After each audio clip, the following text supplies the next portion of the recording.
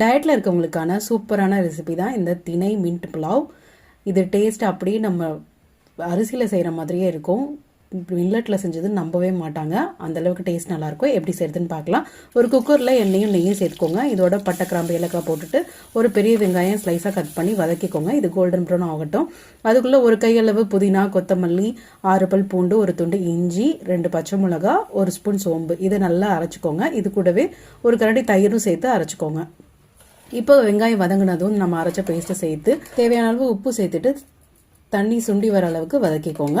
இது கூட நான் இப்போ ஒரு வீசம் அளவுக்கு திணை அரிசியை ஒரு அரை மணி நேரம் ஊற வச்சு கழுவிட்டு இதில் சேர்த்துருக்கேன். 1 டம்ளர் எடுக்கிறீங்கன்னா 3 டம்ளர் அந்த அளவுக்கு தண்ணி சேர்த்துக்கோங்க.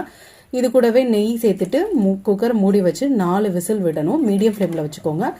அவ்வளோதான், சூப்பரான திணை பிரியாணி ரெடி. ஹெல்த்தியாக சாப்பிடணும்னு தோணுது, ஆனால் எப்படி செய்யுதுன்னு தெரியலனா என்னோட சேனலை ஃபாலோ பண்ணிக்கோங்க. இந்த மாதிரி டிஃப்ரெண்ட்டான மில்லட் ரெசிபிஸ் அப்லோட் பண்ணுறேன்.